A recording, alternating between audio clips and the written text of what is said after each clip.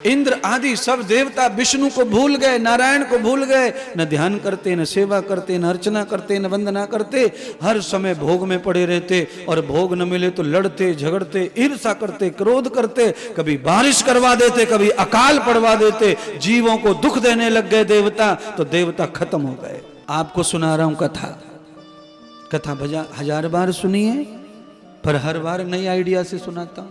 अपने साम्राज्य अपने भोग के लिए किसी दूसरे को तकलीफ देने से हमारी लुटिया डूबती है, यह ध्यान रखना। अपने भोगों की सुरक्षा के लिए दूसरे को तकलीफ ना डालें, दूसरे को तकलीफ ना दें। देवताओं ने वो किया।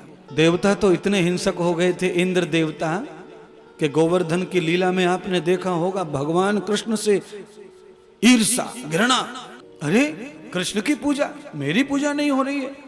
इतने पर कितना मेघ बरसाया, बादल बरसाया। अब आप समझ लीजिए कि आदमी जब बड़े पद पे होता है तो कभी कभी वो बुद्धि का इतना दुरुपयोग कर लेता है कि अपने पैरों पे कुल्हाड़ी मार लेता है। इसलिए सबके आनंद में अपना आनंद जो समझता है वो मनुष्य है।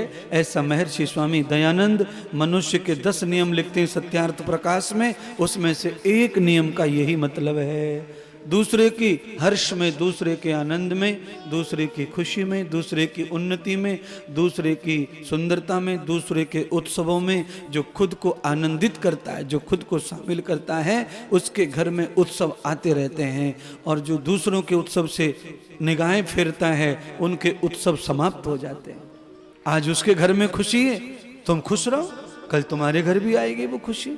अच्छा बोलो, पड़ोसी के घर में हवन चल रहा, दही दे बीत रही है खुशबू की, और हमने सुसरी खिड़की दरवाजे सब लगा लिए गुस्सा में, हम ना सूंघेंगे जाको, जितो लड़ाई बाहर हो तो लगा लो, तुम सबरी खिड़की दरवाजे बंद कर लो।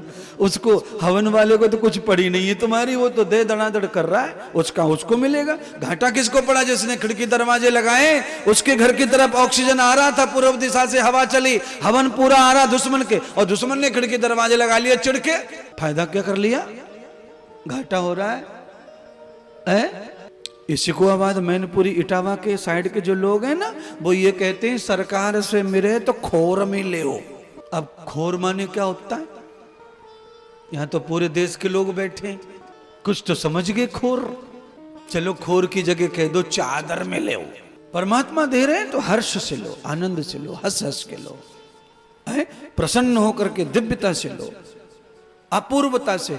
एक ही प्रकार का कर्म बार बार होता है ना, तो बार बार उसका अलग आनंद होता है, तरीका अलग होता है। ये कथा तो कितनी बार हो गई है।